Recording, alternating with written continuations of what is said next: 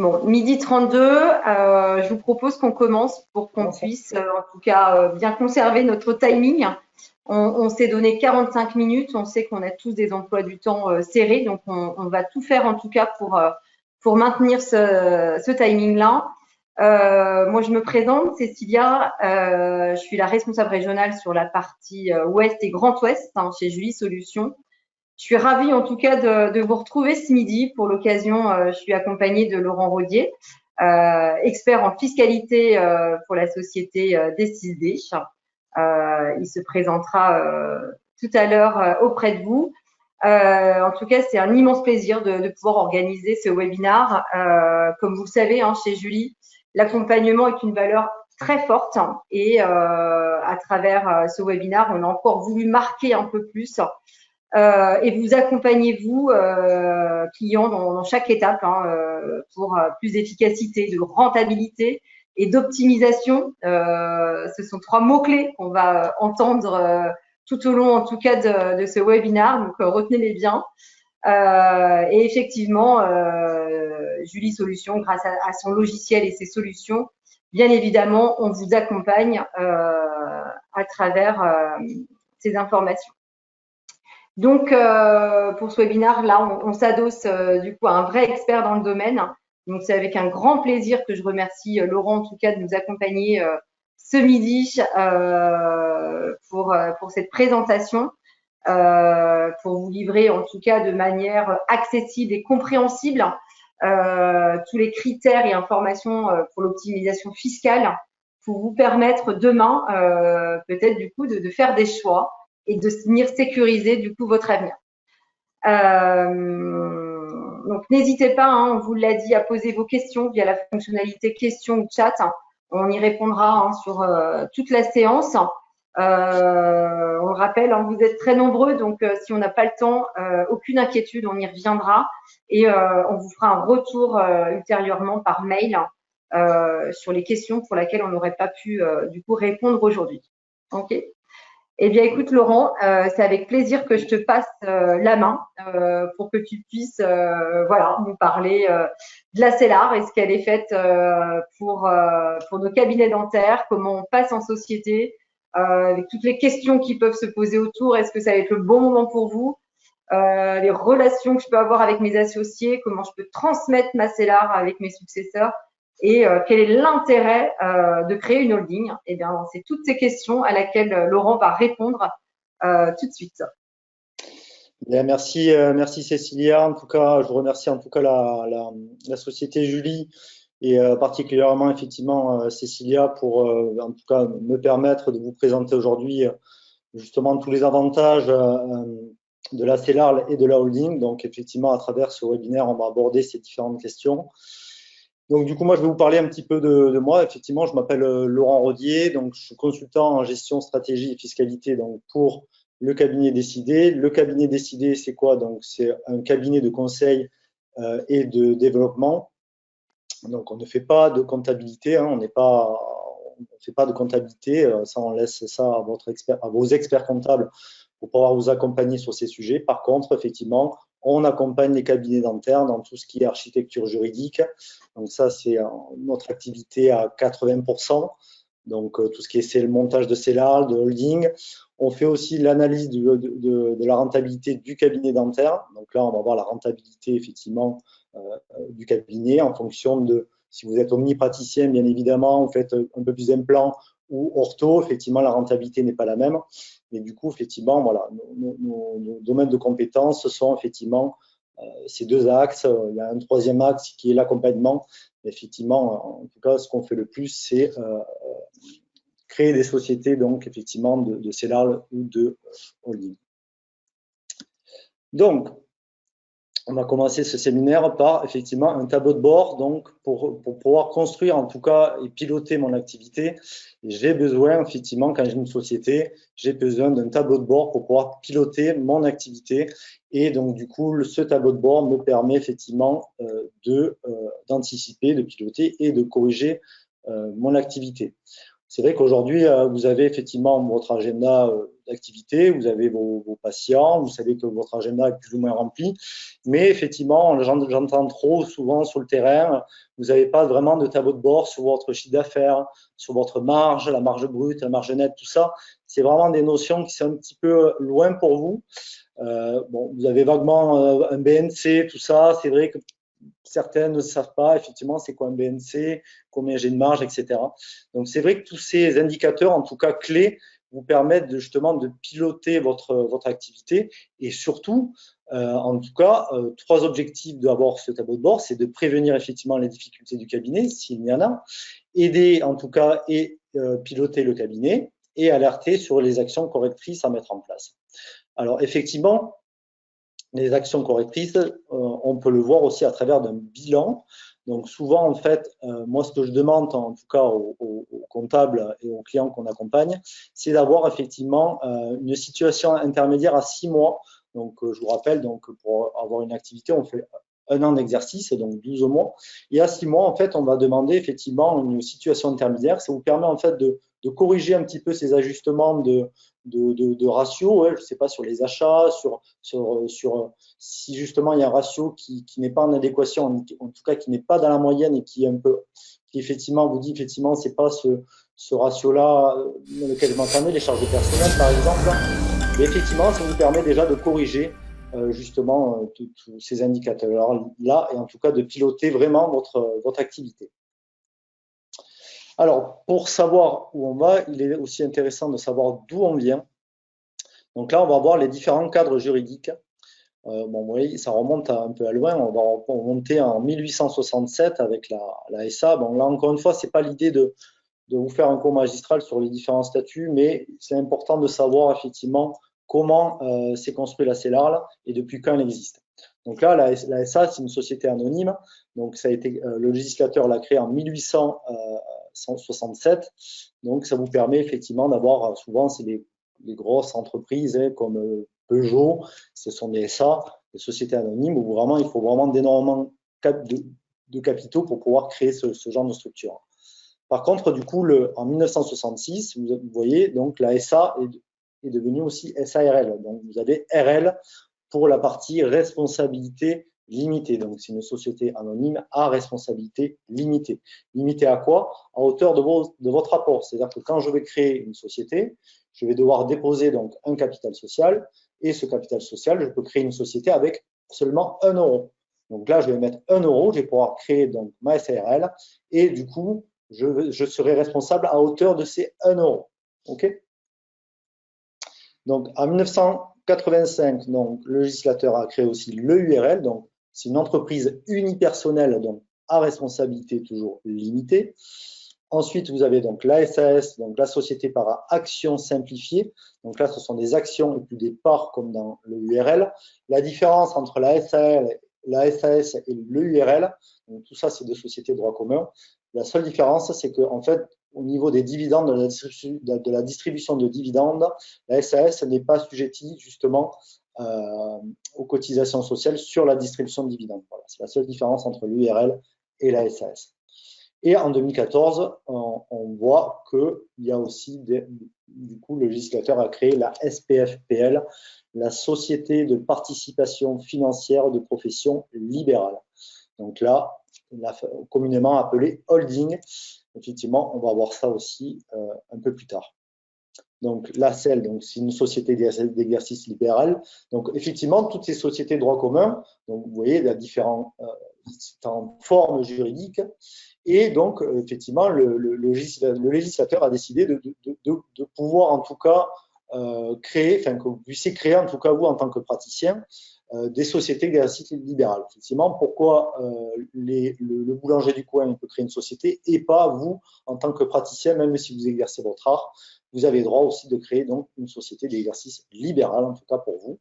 Donc, à responsabilité, donc SEL, Société d'exercice libéral à responsabilité limitée. La cellule pour la partie unipersonnelle. Là, c'est la FA, mais du coup, ça n'existe pas. C'est pas possible pour un cabinet dentaire. Donc, et la holding, donc communément appelée SPFPL. Voilà donc pour les différents cadres, et en tout cas les formes juridiques. Donc, ce qu'il faut savoir, c'est que la selle existe depuis 1990, donc ça fait 32 ans que ça existe. Donc, souvent, on me dit, ben non, ça existe, ça vient juste d'exister. Non, ça existe depuis 32 ans. Et il faut savoir que dans une cellarle, ça aussi, je l'entends souvent, vous n'êtes pas obligé d'être deux dans une cellarle. En tout cas, on peut être jusqu'à 49 dans le collège de praticiens, mais vous pouvez aussi avoir votre propre cellarle. Même si vous êtes tout seul dans votre cabinet, vous pouvez avoir votre propre cellarle. Donc ça aussi, c'est des a priori. On n'est pas obligé d'être deux.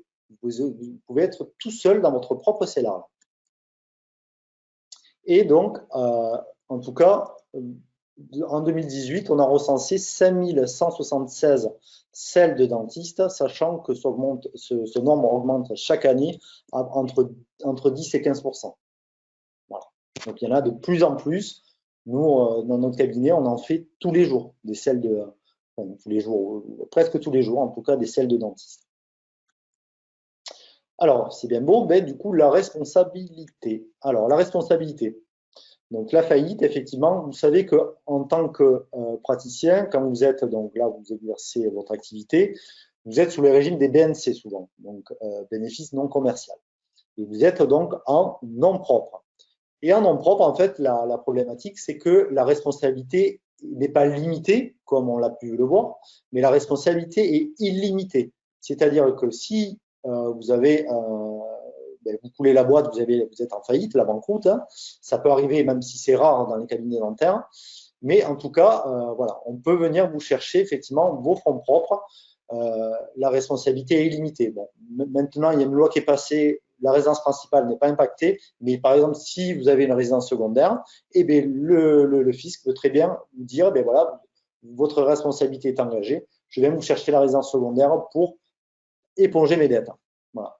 Chose qui n'est pas possible dans la SARL, la responsabilité est limitée. On l'a vu tout à l'heure. Je peux créer avec 1 euro, créer une société d'exercice libéral à responsabilité limitée. Limitée à quoi? À hauteur de mon capital social, c'est-à-dire 1 euro. Donc ça, c'est la définition du petit Larousse. Donc là, c'est la cellule donc unipersonnelle à responsabilité limitée. La CEL, c'est là où c'est là, la responsabilité est limitée. Donc là, c'est effectivement au niveau de la responsabilité. Donc maintenant, quel statut fiscal pour quel cadre juridique? Donc les différents cadres juridiques et le statut fiscal afférent. Donc pour le nom propre, on le sait, vous êtes à l'impôt sur le revenu. Je pense que vous le savez tous. En plus, en ce moment, c'est la période de déclaration effectivement à l'impôt sur le revenu. Donc effectivement, je pense que vous savez tous, vous êtes à l'impôt sur le revenu, en tout cas quand vous êtes en BNC. Donc la SARL, ça c'est l'impôt sur les sociétés. Là, c'est le nom IR ou IS. Celle, c'est l'impôt sur les sociétés qui prévaut. La SARL ou la CELAR de famille, on a le choix entre IR, impôt sur le revenu, ou impôt sur les sociétés. Alors, IR versus IS. Donc là, l'idée, effectivement, c'est de vous refaire un petit focus sur, effectivement, sur la fiscalité. Donc, on voit bien que sur votre partie de gauche, l'impôt sur le revenu, il y a 5 tranches et l'impôt sur le revenu est progressif. On voit bien que, vous voyez, l'impôt passe de 0 jusqu'à 45%. Bon, souvent, en tant que dentiste, vous êtes souvent sur la tranche entre 30, voire, enfin, souvent 41 même, et voire plus pour certains, effectivement, à la tranche à 45. Donc là, on voit que l'impôt est progressif. Et encore une fois, donc, effectivement, on voit bien que, en tout cas, l'impôt ne fait qu'augmenter, il ne va pas en diminuant. Par contre, l'impôt sur les sociétés versus donc, IS, l'impôt sur les sociétés, en tout cas, il y a 2 tranches, c'est très simple. Vous avez donc entre 0 jusqu'à 38 120 euros, 15% d'impôt sur les sociétés à payer. Et au-delà, en fait, c'est 25%. Alors là, je m'arrête un petit peu et je vais vous faire un petit focus justement sur cet impôt sur les sociétés. Ce qu'il faut savoir, c'est que l'impôt sur les sociétés, dans les années 80-84, l'impôt sur les sociétés a été à hauteur de 50%, ce qui est beaucoup, hein, 50%. Donc on remonte à loin dans les années 80. Ensuite, l'impôt sur les sociétés est passé de 50% à 33%. Souvent, on se dit, ben oui, l'impôt sur les sociétés, c'est 33%. Dans les années 90, effectivement, en 94, il me semble que c'était effectivement 33%. Ensuite, sous le gouvernement Jospin, pendant la cohabitation, justement, le gouvernement a créé une tranche à 15%. Pourquoi? Parce qu'effectivement, c'était complètement injuste, puisque tout le monde, même la petite PME du coin, payait 33%. Alors que, effectivement, on prend le groupe, tout à l'heure, le groupe, je vous faisais un comparatif comme PSA, payait 25%, et le petit boulanger du coin ou le petit cordonnier du coin payait aussi le même pourcentage. Donc, du coup, l'État a décidé de créer effectivement cette première tranche jusqu'à 38 120 euros de bénéfices, vous payez donc 15%. Et ensuite, le gouvernement Hollande a décidé de baisser justement l'impôt sur les sociétés donc, de 28%, donc de 33 à 28, et donc de 28% dégressivement jusqu'en 2025 à 25%. C'est-à-dire que aujourd'hui, depuis le 1er janvier donc, 2022, vous payez 25% d'impôt sur les sociétés. Donc, vous voyez que non seulement l'impôt sur les sociétés n'a fait que baisser, alors que l'impôt sur le revenu n'a fait qu'augmenter, mais en plus, cet impôt-là n'a été baissé que par des gouvernements de gauche. C'est un peu rigolo, parce qu'on a tendance à dire que c'est effectivement des gouvernements de droite qui payent l'impôt sur les sociétés, mais non, ça a été que des gouvernements de gauche qui ont baissé cet impôt-là. Donc voilà, en tout cas, ce qui est certain, c'est que 15% et 25%, c'est très faible.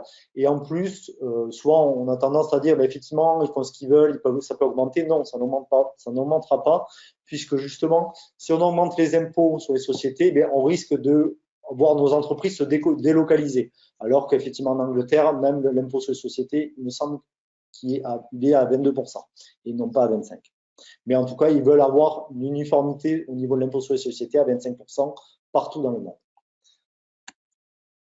Donc voilà, c'était un petit focus sur la fiscalité, en tout cas l'impôt sur les sociétés. Alors la CELARL, c'est quoi? Alors la CELARL, effectivement, voilà le mécanisme de la CELARL. Donc là, je vous ai imagé effectivement le mécanisme de la CELARL.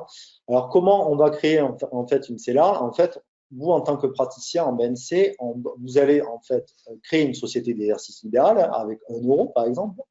Et donc, cette société d'exercice libéral, votre CELARL, va acheter votre patientèle via un prêt. Donc, la CELARL va s'endetter auprès de la banque pour vous faire un chèque à vous, à titre perso, pour acheter votre patientèle. Donc, votre patientèle sera détenue par la CELARL et vous, en échange, vous allez détenir des parts de société de votre CELARL. Et donc, du coup, votre CELARL va encaisser les honoraires et grâce justement à ces honoraires, vous allez pouvoir, en tout cas le résultat que va dégager votre CELARL, vous allez pouvoir rembourser l'emprunt fait à la banque. Vous voyez un petit peu le mécanisme.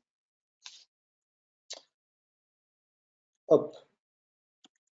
Alors, maintenant, on va rentrer un petit peu dans le vif du sujet parce que c'est bien beau d'avoir des schémas, mais on va avoir aussi un petit exemple. Donc là, l'idée, en fait, c'est de voir à travers un exemple concret, on va le voir, comment effectivement s'articule la CELARL et en tout cas, est-il toujours intéressant de passer en CELARL depuis que les dividendes sont soumises aux cotisations sociales? Ça, c'est les questions qu'on se pose. La CELARL est-elle un cadre juridique plus efficace d'un point de vue de gestion? Et qu'en est-il de la fiscalité? Donc là, on va prendre un exemple. Encore une fois, c'est juste un exemple. Bien évidemment, il y a des cabinets qui font moins, il y a des cabinets qui font plus, il y a des gros, des petits. Enfin, en tout cas, ça reste un exemple.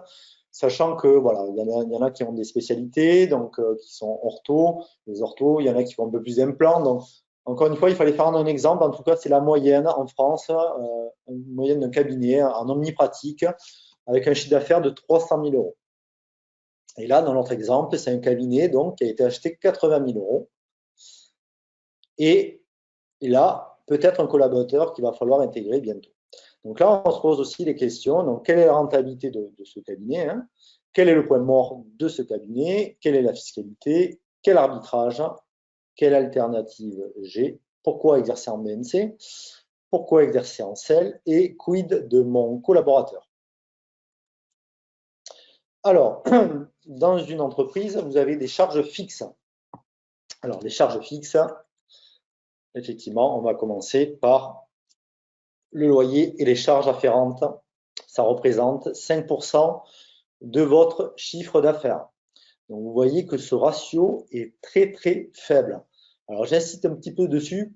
Pourquoi? Parce que vous voyez que par rapport à notre chiffre d'affaires de 300 000 euros, c'est 5% le loyer, les charges afférentes, c'est-à-dire l'électricité, l'eau, etc. Donc là, 5%, c'est-à-dire qu'en gros, dès que vous avez l'opportunité d'acheter les murs, il faut le faire. Là, on ne se pose pas de questions. 5% de votre chiffre d'affaires, ce n'est rien du tout. Donc, dès que vous avez la possibilité d'acheter les murs, achetez-les. En plus, effectivement, il y a des moyens pour pouvoir l'acheter à travers une SCI, à l'IR, à l'IS, en démembrement. Effectivement, ça, ce sont des questions aussi de savoir pourquoi, comment on les achète. Ça fera l'objet d'un autre webinaire, justement, pour acheter les murs, la meilleure solution. Mais effectivement, on ne va pas l'aborder là, mais en tout cas, voilà, je voulais souligner le trait sur justement que c'est 5% de votre chiffre d'affaires et donc du coup, dès que vous avez l'occasion, achetez les murs. Ensuite, le personnel et les charges sociales. Ce sont des charges fixes et ça représente 15% de votre chiffre d'affaires. Donc là, vous voyez, le ratio est un peu plus important. Donc voilà, là, c'est encore une fois, c'est une moyenne nationale, c'est 15%. Donc effectivement, hein, c'est comme le loyer et les charges afférentes, c'est 5% du chiffre. Mais si j'ai mon cabinet sur Paris et que j'ai un autre cabinet au fin fond du Cantal, effectivement, les loyers ne seront pas les mêmes et les charges de personnel aussi.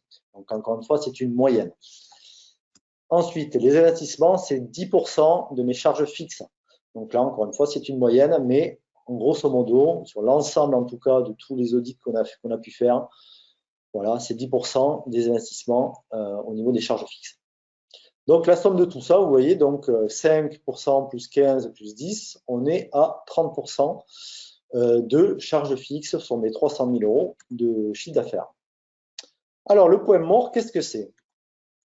Donc le point mort, c'est, là je vous ai imagé un petit peu effectivement le point mort, en fait, c'est quand c'est que j'arrive en fait à rembourser mes charges fixes quelque part. Donc là, vous voyez que sur le schéma, tout ce qui est en dessous du point mort, ce sont des pertes, c'est-à-dire que tant que je n'ai pas payé mes charges fixes, et bien, du coup, ben, je perds de l'argent. Et une fois que j'arrive au point mort, donc j'arrive à rembourser mes charges fixes, et bien, je n'ai pas gagné d'argent, c'est l'équilibre. Et tout ce qui est au-dessus, en fait, c'est du profit, c'est de la marge. Donc le point mort aurait rapporté au chiffre d'affaires par heure. Donc quelles sont les heures rentables de mon cabinet? Donc là, ici, le cabinet, je reprends mon exemple encore, hein, 300 000 euros de chiffre d'affaires. Et du coup, on a vu que mes charges fixes, c'était 30% des 300 000 euros. Donc 30% de 300 000 euros, 90 000 euros donc, de charges fixes. Et dans mon cabinet, j'ai 1500 heures de travail. Et donc, du coup, ben, je vais faire mes 90 000 euros divisé par 1500 heures de travail, ce qui me donne en fait le coût de fonctionnement de mon cabinet est donc de 60 euros de l'heure. Donc là, au moins, je connais en tout cas que le coût de fonctionnement, tant que j'ai ces 60 euros de l'heure, et effectivement, des fois, je facture moins. Donc, du coup, ben, j'ai des erreurs. Mais en tout cas, grosso modo, il faut que j'arrive à amortir ces 90 000 euros pour absorber ces charges fixes. Donc, si on rapproche les deux ratios, on voit que la marge entre le chiffre d'affaires et le point mort est de 210 000 euros, 300 000 euros moins 90 000 euros, 210 000 euros. J'obtiens 210 000 euros ou 70% de chiffre d'affaires. Donc, mais quelle est la marge bénéficiaire du cabinet? Donc, maintenant, on va rentrer dans les charges variables. Donc, on a vu les charges fixes et maintenant, on va aborder les charges variables. Donc, dans mes charges variables, qu'est-ce que j'ai? J'ai d'abord, donc, effectivement, les fournitures dentaires. Donc, les fournitures dentaires, donc, général comprises entre 3 et 5% du chiffre d'affaires, donc un ratio très faible pour ce poste. Là, encore une fois, je vois trop de cabinets en train de négocier le pourcentage de remise avec des fournisseurs, alors que c'est un ratio qui est très faible. Donc, focalisez-vous plus sur le groupement d'actes, etc., ou l'organisation du cabinet, plutôt que gagner le point de marge pour les fournitures vraiment dentaires. Ça ne sert strictement à rien, c'est du temps perdu pour rien. Donc là, encore une fois, il faut passer ce poste-là et se focaliser sur d'autres postes beaucoup plus importants, comme par exemple, on va le voir là, les frais de prothèse. Là, ce ratio est compris entre 17 et 20% de votre chiffre d'affaires. Donc là, effectivement, j'y prête un peu plus attention. Parce qu'effectivement, c'est le poste de dépense le plus élevé de votre cabinet. Donc là, effectivement, les frais de prothèse, je fais attention. J'essaie de grouper mes achats. Si j'ai effectivement plusieurs achats à faire sur ce poste-là. Et effectivement, en tout cas, j'essaye d'avoir un œil attentif dessus. Et en dernier lieu, donc, effectivement, les implants. Donc là, effectivement, c'est un ratio de 20%. Donc là, encore une fois, en tout cas, on préconise une saisie comptable isolée des achats du reste des fournitures pour justement avoir justement ce ratio-là bien en ligne de mire, parce que là, on voit des dépassements des fois d'achat d'implants, alors que pas trop d'utilité. Mais encore une fois, là, il faut vraiment l'isoler parce que ça coûte assez cher, vous le savez bien. Donc, en tout cas, c'est ce qu'on préconise, d'avoir une saisie comptable isolée des autres achats. Donc, en tout cas, les charges variables, en grosso modo, c'est 20% au total du chiffre d'affaires. Donc, 30% des charges fixes au total, 20% sur les charges variables. Donc, la marge brute, c'est bien, donc, on part donc, toujours de mes 300 000 euros de chiffre d'affaires. Hein. J'enlève mes charges variables, c'est-à-dire 20% des 300 000 euros, donc j'arrive à 60 000 euros.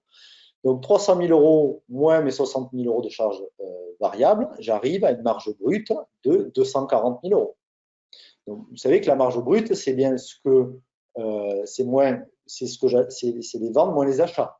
Donc du coup, comment vous produisez avec vos mains, ben, du coup, on enlève les achats, les charges variables, et du coup, ça vous donne une marge brute. Et donc, du coup, si je veux une marge nette, eh bien, je vais enlever donc mon chiffre d'affaires, donc je reprends mes 300 000 euros, moins mes 60 000 euros, j'arrive à 240 000 euros donc, de marge brute, moins mes charges fixes, donc les 90 000 euros, souvenez-vous, c'est les 30% de mes 300 000 euros, donc 90 000 euros. Donc 240 000 euros moins 90 000 euros, j'arrive à 150 000 euros de marge nette.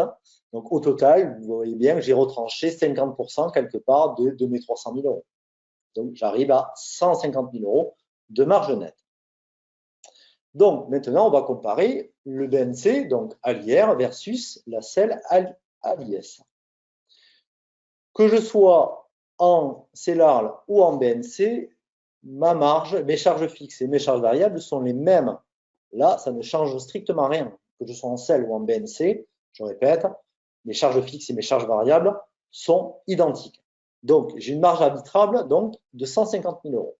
Donc, en BNC, donc, j'ai 150 000 euros de marge arbitrable. Je vais payer les cotisations sociales sur ces 150 000 euros. Donc, c'est-à-dire que j'aurai des charges sociales à hauteur de 50 000 euros, c'est-à-dire un tiers. Du coup, j'ai un revenu imposable moins donc 200 000 euros. C'est bien 150 000 euros moins mes charges sociales de 50 000 euros, 100 000 euros que je vais être imposé à l'impôt sur le revenu. Donc, sur l'impôt sur le revenu, je vais payer 35 000 euros d'impôt sur le revenu. Il va me rester net dans ma poche 65 000 euros. Donc, 100 000 moins 35 000. J'ai 65 000 euros net dans ma poche. Donc, totale rémunération après impôt sur le revenu, 65 000 euros. Maintenant, je vais faire le même comparatif en CELARL. Donc, la marge arbitrable, je vous ai dit que la marge arbitrable est identique. J'ai toujours mes 150 000 euros, que ce soit en BNC ou en CEL. Par contre, là, en CELARL, moi, j'ai décidé, Laurent Rodier, de me rémunérer 85 000 euros. Encore une fois, c'est moi qui l'ai décidé. En CELARL, vous n'êtes pas salarié de votre CELARL. Il n'y a pas de contrat de travail, il n'y a pas de bulletin de salaire, mais par contre, vous pouvez décider de votre rémunération. Donc, vous êtes toujours TNS et travailleur non salarié, donc pas de contrat de travail et pas de bulletin de salaire. Donc, j'ai décidé de me rémunérer 85 000 euros. Du coup, sur l'année, j'ai des charges sociales à hauteur de 30 000 euros, puisque là, en fait, je vais payer mes charges sociales sur les 85 000 euros, alors que tout à l'heure en BNC, je payais mes cotisations sociales, mes charges sociales, sur la marge, sur mes 150 000 euros.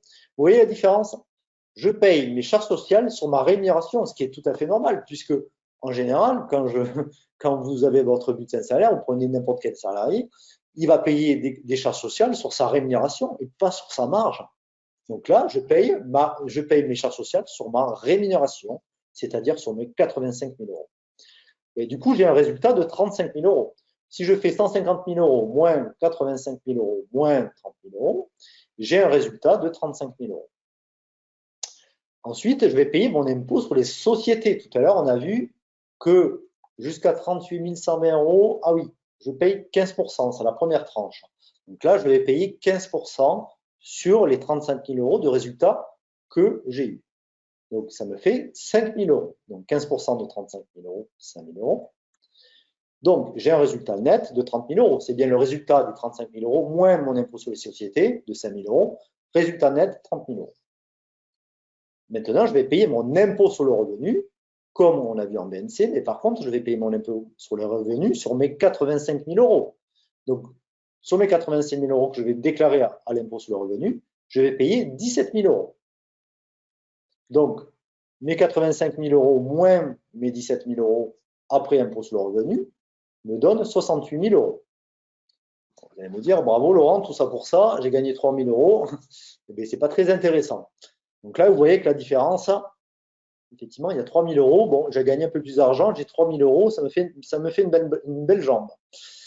Mais non, mais en fait, vous voyez en Ansel, vous avez 30 000 euros de plus. En fait, non seulement vous avez gagné 3 000 euros, mais dans la CELAR, il y a 30 000 euros dans la boutique. Alors que vous voyez qu'en BNC, je n'ai plus rien, même je n'ai pas ces 30 000 euros. Donc là, il y a 30 000 euros de plus dans votre CELAR. Ce qui est énorme. Vous voyez qu'au bout de 10 ans, ça fait quand même un beau billet, ça fait 300 000 euros. Donc là, vous avez 30 000 euros de plus. Donc là, en tout cas, en général, cette slide, tout le monde la prend en photo parce qu'effectivement, là, vous avez vraiment un exemple concret de la même marge arbitrable de 150 000 euros et on arrive, vous voyez que non seulement vous avez plus d'argent à la fin, mais en plus, vous avez 30 000 euros de plus dans votre CELAR. OK? J'ai une question, Laurent, Oui. d'un participant. Faut-il un capital minimum pour créer une CELAR? Alors, je l'ai dit tout à l'heure, le capital minimum, c'est 1 euro. Donc, vous pouvez mettre 1 euro, mais en général, bon, voilà, pour que ce soit sérieux au niveau de la banque, on préconise 1 000 euros de capital social. C'est-à-dire que je vais déposer à la banque 1 000 euros et du coup, je serai responsable à hauteur de ces 1 000 euros. C'est-à-dire que si demain je coule la société, eh bien, je perds 1 000 euros. Très bien. Voilà. Donc, du coup, j'ai 30 000 euros dans ma CELAR. Donc, qu'est-ce que je vais faire avec ces 30 000 euros? Donc, je peux constituer en tout cas de la trésorerie. Alors, j'avais une autre question, Laurent, qui arrive. 100 KE de BNC ne donne pas 35 KE d'impôt.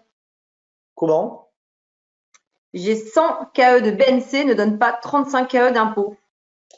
Alors, le BNC, encore une fois, là, c'est le revenu, c'est-à-dire que dans mon BNC, j'enlève mes cotisations sociales et ensuite, effectivement, je déclare effectivement 100 000 euros de BNC. Mais effectivement, en fonction de si vous êtes célibataire ou si vous avez des enfants, effectivement, au niveau des parts, ça peut changer, bien évidemment. Donc là, effectivement, c'est dans le pire des cas, mais en tout cas 100 000 euros à l'impôt sur le revenu, ça donne bien 35 000 euros d'impôt sur le revenu. Okay. Tout dépend des parts. Effectivement, si vous êtes marié, vous avez plusieurs enfants, bien évidemment, vous allez moins payer. Donc, effectivement, il y a un comparatif à faire. Mais dans tous les cas, même si vous payez peut-être un peu moins d'impôts, vous n'allez jamais avoir plus de, comme dans la situation de la CELAR, 30 000 euros de plus de trésorerie dans votre CEL. Ça, c'est certain. D'accord. OK. On a une autre question. Y a-t-il un CA limite en dessous duquel il est moins intéressant de passer en CELAR? Alors, oui et non. L'idée, encore une fois, c'est un exemple, on est parti sur 300 000 euros. Mais c'est une très bonne question puisqu'il faut poser les chiffres. En fait, chaque situation est différente.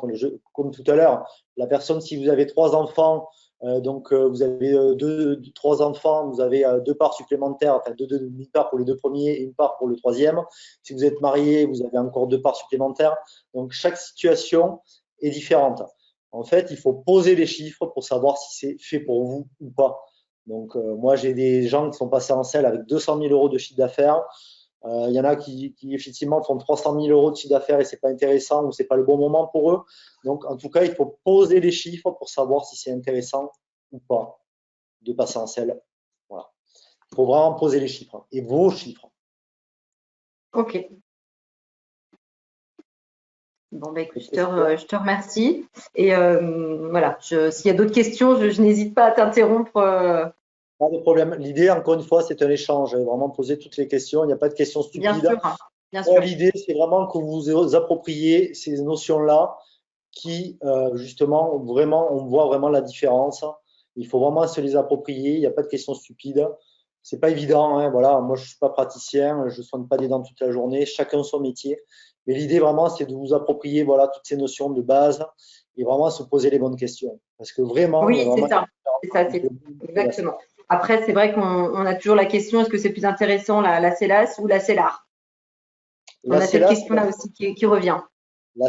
encore une fois, la CELAS, c'est une société par action simplifiée, enfin une société d'exercice libéral par action simplifiée.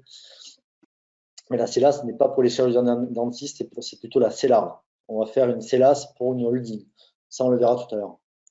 Ok, bah écoute, je te remercie, je te laisse continuer et s'il y a d'autres questions, je reviens vers toi.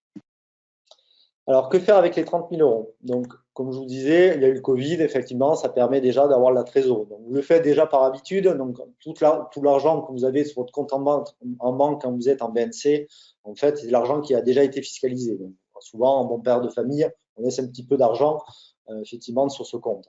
Mais en tout cas, en tout cas, cet argent n'est pas fiscalisé. En fait, il a été juste fiscalisé à l'impôt sur les sociétés, mais en tout cas, pas à l'impôt sur le revenu. En tout cas, ça vous permet déjà de faire face effectivement à une baisse d'activité pour pouvoir vous rémunérer ou pour faire des investissements, par exemple. Vous pouvez aussi vous distribuer du coup des dividendes. Donc là, par exemple, la conséquence fiscale, c'est que ces dividendes, une fois que vous les distribuer, en tout cas quand vous êtes en CELARL, ces dividendes vont subir effectivement des charges sociales au-delà de 10% du capital social. Je m'explique. C'est-à-dire que si vous avez, par exemple, 1000 euros de capital social quand vous avez constitué votre CELARL, eh bien, la tranche supérieure à 10%, c'est-à-dire 100 euros, vont subir en tout cas des charges sociales sur ces dividendes. Et plus la flat tax. C'est-à-dire que vous avez payé 30%. Je vous rappelle que la flat tax, c'est Macron qui l'a instauré. Donc, vous avez 17,2 plus 12,8 d'impôt sur le revenu. Donc, la somme des deux fait 30%.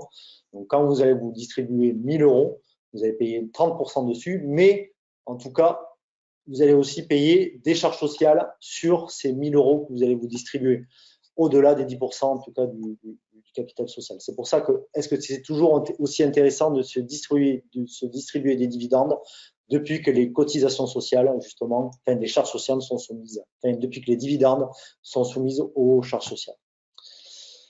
Ensuite, vous avez la possibilité, effectivement, de faire remonter, justement, ces dividendes, et on va le voir tout à l'heure, dans une holding, justement, pour avoir un frottement fiscal très faible. Et vous avez la possibilité, justement, de payer un emprunt pour le rachat de la clientèle de la CELAR. Donc, on va le voir, effectivement, ça vous permet de choisir et limiter sa pression sociale et fiscale, de se désendetter aussi à titre perso, parce qu'effectivement, quand je vais pouvoir revendre ma patientèle à ma CELAR, je vais faire un levier de cash, on appelle ça un levier de cash. Et avec ce levier de cash, je vais pouvoir me désendetter moi à titre perso, notamment, par exemple, pour la résidence principale. On sait très bien que pour la résidence principale, les intérêts ne sont pas déductibles. Donc, effectivement, là, c'est un super moyen de pouvoir se désendetter à titre perso. Souvent, les gens me disent, ah ouais, mais du coup, moi, j'ai eu un super taux, j'ai eu 1%, etc. Mais regardez bien sur votre tableau d'amortissement, les 1%, au bout de 15 ans, 20 ans, c'est peut-être un billet de 30 ou 50 000 euros, ou voire plus de 80 000 euros qu'il faut donner à la banque. Donc, si je peux m'éviter de donner 80 000 euros, même si c'est à 0,8% ou 1%, c'est toujours 80 000 euros de gagner. On va voir pourquoi. Se constituer une épargne si on ne se désendette pas. Si on n'est pas désendetté, effectivement, si on n'est pas endetté, pardon, vous pouvez effectivement vous constituer une épargne de placement, par exemple. Alors, comment passer en selle? Vous avez donc deux possibilités. Donc, constituer une selle qui sera détenue par vous. Donc, cette selle détiendra votre patientèle, on l'a vu dans le mécanisme. Et donc, vous avez deux possibilités, l'apport ou la cession. Alors, l'apport, il faut déjà nommer un commissaire aux apports, c'est très compliqué, mais ce n'est pas impossible. Mais en tout cas, si vous faites l'apport, c'est-à-dire que je vais apporter, par exemple, on va valoriser votre BNC, hein, votre patientèle, et je vais apporter un certain montant dans ma CELAR. Du coup, vous allez vous retrouver avec un énorme capital social. Et donc, du coup, vous allez pouvoir vous distribuer aussi des dividendes sans charge sociale. Par contre, vous faites l'impasse sur le levier de cash, puisque vous avez apporté, donc vous n'avez pas d'emprunt à faire. Et donc, du coup, je vous disais, vous avez la possibilité de capital social important. Mais par contre, voilà, nous, cette solution, on ne la préconise pas. Pourquoi? Parce que depuis qu'il y a la flat tax, l'argent n'a jamais été aussi peu cher, en fait. Parce que vous voyez bien que quand vous payez l'URSSAF, la Carchidan et l'impôt sur le revenu, donc la somme des trois, hein, l'URSSAF, Carchidan et l'impôt sur le revenu, vous êtes aux alentours entre 60 et 70% de taxation. On prend 1000 euros, eh bien, prenez URSSAF, Carchidan et l'impôt sur le revenu, la somme des trois, eh bien, quand vous prenez 1000 euros, il vous reste plus que 300 euros de votre poche. Donc, c'est pas beaucoup. Alors que là, en fait, en payant de la plus-value, vous allez payer que 30%, donc c'est mieux que 70% déjà. Et en plus, du coup, vous allez faire un beau lever de cash pour pouvoir vous désendetter. Alors, du coup, maintenant, nous, ce qu'on préconise, effectivement, c'est la cession. Et là, en fait, on va vous faire un exemple. Donc, on va reprendre l'exemple du chiffre d'affaires, hein, de notre exemple à 300 000 euros. Donc, une rentabilité, on a bien vu, à 150 000 euros. Et un prix d'achat, comme dans mon exemple, à 80 000 euros. Donc, le prix de cession de la selle, de la patientèle, on l'a estimé à 200 000 euros. Là, il existe encore une fois une cinquantaine de formules mathématiques pour pouvoir estimer une patientèle. Nous, en fait, le cabinet décidé, on fait la moyenne de 3 formules et avec une formule qui vient pondérer justement le prix de la patientèle, une qui l'augmente, une qui la sous-estime et avec une pondération.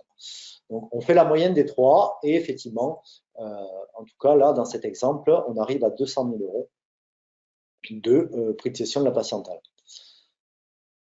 Alors, l'assiette de plus-value, c'est comme dans un appartement. Hein. J'achète un appartement, je le revends plus cher, mais la plus-value, c'est entre l'achat et le prix de vente.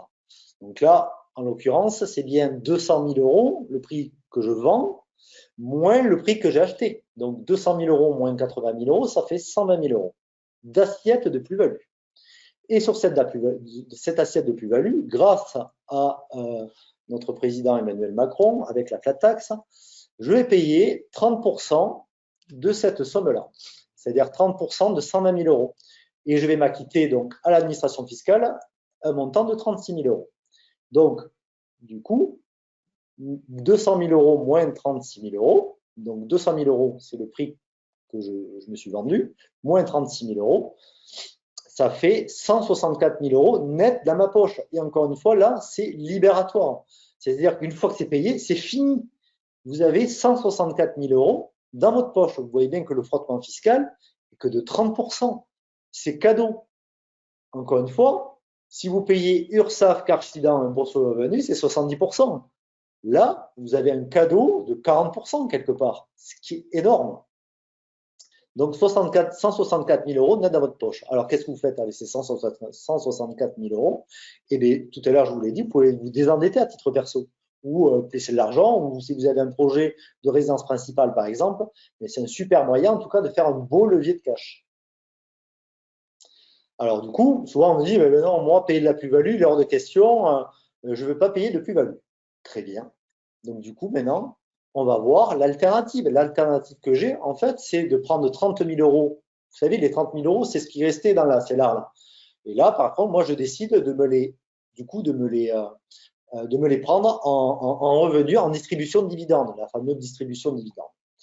Du coup, j'ai décidé, moi, de me distribuer 30 000 euros par an sur 7 ans. Parce qu'effectivement, quand on fait un emprunt pour justement faire votre passage en CELAR, la CELAR s'en note sur 7 ans. C'est pour ça que là, on fait un focus sur 7 ans. Du coup, sur mes 30 000 euros que je vais me distribuer, je vais payer 10 500 euros de charges sociales, 7 000 euros d'impôt sur le revenu, et je vais payer 2 500 euros de CSG. Donc, mes 30 000 euros vont se transformer, si je me distribue 30 000 euros de dividendes, ces 30 000 euros vont se transformer en 10 000 euros net dans ma poche. Et du coup, forcément, 10 000 euros x 7, vous voyez, les calculs, c'est pas très compliqué. 10 000 euros x 7, ça fait 70 000 euros sur 7 ans. Donc, effectivement, est-ce que vous préférez effectivement 140 000 euros de pression fiscale?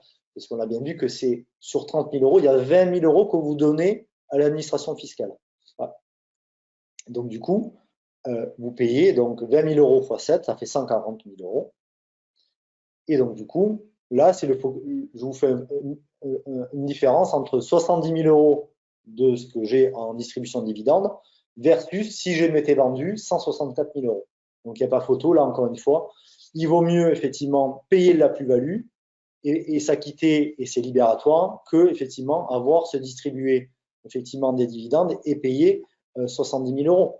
Donc là, encore une fois, vous avez tout intérêt à vous vendre et vous vendre cher que, effectivement, vous distribuez des dividendes.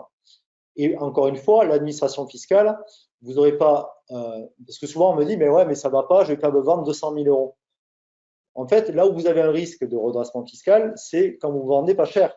En fait, l'administration fiscale ne va jamais venir vous voir en vous disant, attendez, docteur Dupont, vous êtes trop vendu, vous avez payé trop de plus-value, attendez, je vous donne l'argent. Ça n'arrive jamais. Alors qu'à contrario, par contre, si vous sous-évaluez, là, oui, effectivement, vous avez un risque fiscal et effectivement, l'administration fiscale peut vous demander effectivement de vous acquitter d'un peu plus de plus-value puisque effectivement, vous êtes sous-évalué. Donc, à l'inverse, c'est très rare, hein, ça n'arrive jamais. Et effectivement, nous, ça ne nous est jamais arrivé dans nos audits et dans nos passages en CELA pour nos clients, alors qu'à l'inverse, effectivement, là, il peut y avoir un risque. Laurent, je t'interromps 2 minutes. Il est 13h19. On va essayer de tenir le timing. On se donne encore 5-6 minutes maximum. Alors, je vais essayer d'avancer un peu plus vite, excusez-moi. Effectivement, ça prend un peu plus de temps. Alors, parfait, merci. C'est pour vraiment le timing de tout le monde. On sait qu'il est serré. Alors, le collaborateur, effectivement, vous avez la possibilité, effectivement, d'avoir un collaborateur. Bon, vous savez très bien qu'en tant que collaborateur, vous devez vous acquitter de la TVA quand, effectivement, on dépasse la rétrocession supérieure à 32 500 euros. En tout cas, la première année, la deuxième année, vous devez vous acquitter de la TVA dès le premier euro. Et vous avez un risque, effectivement, de détournement de la patientèle. Par contre, en exploitant en SEL, en fait, vous avez la possibilité en fait d'intégrer ce collaborateur en tant qu'associé minoritaire. Et donc, du coup, vous n'avez plus de TVA à vous acquitter. Voilà, c'était vraiment voilà. L'avantage aussi de la CELARL, c'est qu'au lieu d'avoir un collaborateur, vous pouvez avoir plusieurs associés. Là, par exemple, dans un cabinet récemment, il y a plusieurs collaborateurs qui sont en train de passer associé minoritaire. Et du coup, il n'y a plus de TVA. Je vous rappelle que la TVA, c'est perdu. Hein. C'est de l'argent que vous jetez par la fenêtre.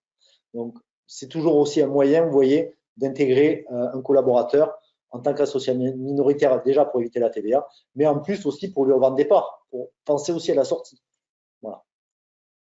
Alors, la holding, c'est quoi? Alors, la holding, je vous ai effectivement fait le mécanisme. En fait, c'est le deuxième étage de la fusée. Vous voyez bien que là, c'est l'ARL, effectivement, c'est le premier étage. Et ensuite, la holding, en fait, la holding, vous avez créé une holding AS, donc par action simplifiée, ce que je vous disais tout à l'heure. AS, c'est pourquoi? Parce qu'en fait, quand vous créez une holding AS, les dividendes ne sont pas soumis aux cotisations, aux charges sociales. Donc, du coup, effectivement, quand vos dividendes, les fameux 30 000 euros, vont remonter en fait dans votre holding, et qui vont rembourser l'emprunt parce que vous avez la possibilité de faire un deuxième levée de cash. Mais une fois que l'emprunt est terminé, vous avez la possibilité en fait de vous distribuer des dividendes. Et là, du coup, elles ne seront plus soumises aux charges sociales. Donc, vous allez payer que la flat tax et ça sera terminé. Voilà. Donc voilà, en fait, là, en gros, grosso modo, la holding, c'est le deuxième étage de la fusée. Mais il faut passer en CELARL pour avoir une holding. Et la holding, en fait, vous permet, donc effectivement, que je vous ai dit, donc, de valoriser la CELARL. Donc, la SPSL va faire l'acquisition de votre CELAL. Vous allez pouvoir faire un levée de cash. Et du coup, cette opération aussi bénéficiera de la flat tax, comme on a vu dans la CELAL. Et là, en fait, je vous ai schématisé effectivement que la CELAL, vous voyez que les dividendes devenaient effectivement 10 000 euros, enfin 10 500 euros, hein, et que là, avec la holding, donc les 30 000 euros remontent dans la holding en franchise de taxe. Il y a très peu, vous voyez que c'est quasiment rien du tout. Ça remonte à hauteur de 29 625 euros. Et du coup, une fois que vous allez vous distribuer effectivement ces dividendes, vous allez avoir 20 737 euros, alors que si vous avez que votre CELAR, en gros, vous allez avoir que 10 500 euros. Donc là, on voit encore une fois la différence. Le fait d'avoir une holding, ça vous permet aussi d'optimiser encore plus la distribution de dividendes. Et en plus, justement, ça vous permet aussi d'avoir une holding patrimoniale.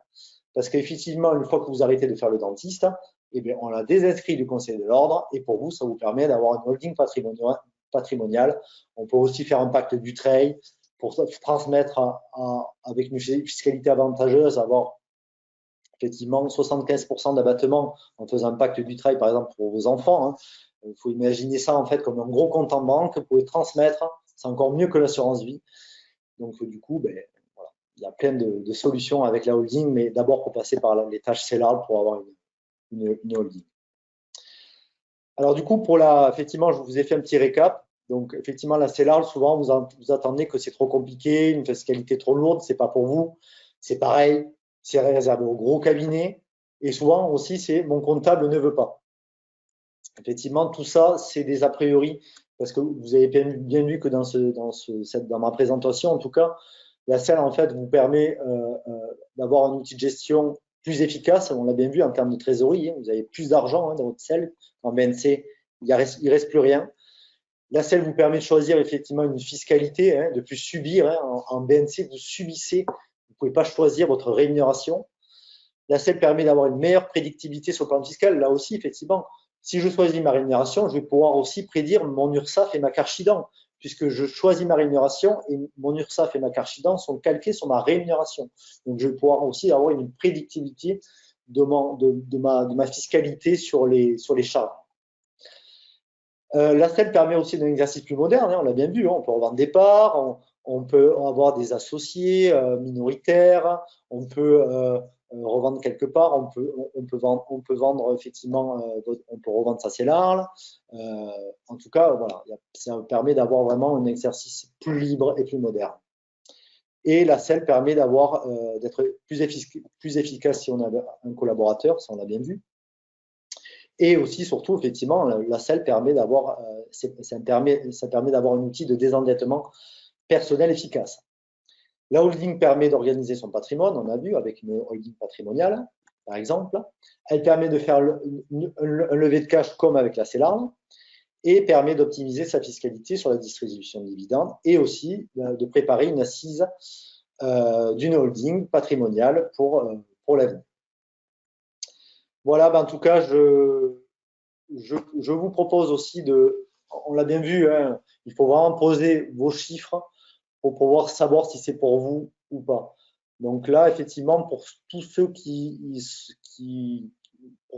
ont participé effectivement à ce webinaire, en tout cas, on vous propose de réaliser en fait un audit personnalisé et gratuit. Parce qu'encore une fois, vous l'avez bien compris, il faut poser vos chiffres pour savoir s'il faut le faire ou pas. Parce qu'encore une fois, j'attends aussi trop de gens me dire mon comptable, il veut pas. Ah ben oui, non, mais c'est pas votre comptable qui décide. Il faut poser les chiffres pour savoir si c'est intéressant de le faire ou pas. Et même, il n'y a pas d'âge. Encore une fois aussi, souvent j'entends dire je suis trop vieux, je suis trop jeune. Enfin, en tout cas, chaque situation est différente. Il faut vraiment poser les chiffres. Donc là, pour ceux qui sont intéressés, je vous invite à m'envoyer en tout cas par mail votre demande. Je souhaite bénéficier de l'audit offert par le webinaire et du coup, je prends des contacts avec vous pour pouvoir réaliser cet audit avec vous. Voilà, en tout cas, merci. Je suis désolé d'avoir dépassé. J'ai essayé vraiment de respecter les délais, mais effectivement, c'est compliqué. Ça va. On est à 10 minutes près dans le timing. En tout cas, merci beaucoup, Laurent. On arrive, nous, à la fin de ce webinaire. On espère en tout cas avoir répondu à vos attentes. On a eu quelques questions à laquelle, du coup, on n'a pas pu y répondre en direct, comme on l'a dit en introduction. Vous étiez nombreux, mais du coup, on va vous apporter ces réponses dans les meilleurs délais et par écrit. On va également vous envoyer un lien vers ce replay de ce webinaire. Si vous souhaitez le revoir, le partager aussi avec quelqu'un qui pourrait être intéressé de votre entourage, n'hésitez en tout cas pas à le partager. Vous y retrouvez en plus les coordonnées de Laurent et de moi-même, puisqu'on reste bien entendu à votre disposition si vous aviez des questions ou autres remarques. En tout cas, voilà, on espère vraiment que ça vous a plu. On vous invite également, pourquoi pas participer. On a une formation qui va se dérouler le 7 et 8 juillet, du coup à Paris, en partenariat avec le docteur Lopredo, pour une formation plutôt sur la rentabilité, l'optimisation en cabinet. Donc, on est sur un programme très complet. Donc, on est aussi sur des troncs communs pour votre optimisation et rentabilité. Donc, en tout cas, n'hésitez pas à consulter le site internet julie.fr. Dans la rubrique formation, vous trouverez en tout cas toutes nos formations et celle-ci qui arrive très prochainement. On vous souhaite une excellente journée. Merci à tous en tout cas d'y avoir participé et encore merci beaucoup Laurent pour plaisir. C'est vrai que ça suscite beaucoup d'intérêt, ce genre de webinar. C'est dommage qu'on ne puisse pas décaler un peu plus sur le temps, mais je pense qu'il y aura d'autres sessions parce qu'on a eu vraiment énormément de demandes d'inscription sur ce webinar. Et encore une fois, merci à toutes et à tous de votre participation et à très bientôt en tout cas pour de prochains webinars sur la fiscalité du cabinet dentaire. En tout cas, c'est vraiment un sujet qui passionne tous les praticiens que je rencontre et vraiment tout le monde a le souhait d'optimiser vraiment son cabinet et d'avoir un cabinet 2.0 pour l'avenir. Voilà. En tout cas, merci à la société. Merci en tout cas pour ces mots de la fin. Très belle journée à tous et n'hésitez pas à revenir vers nous s'il y a besoin. Voilà. Belle journée. Au revoir. Ils reprennent. Merci, au revoir.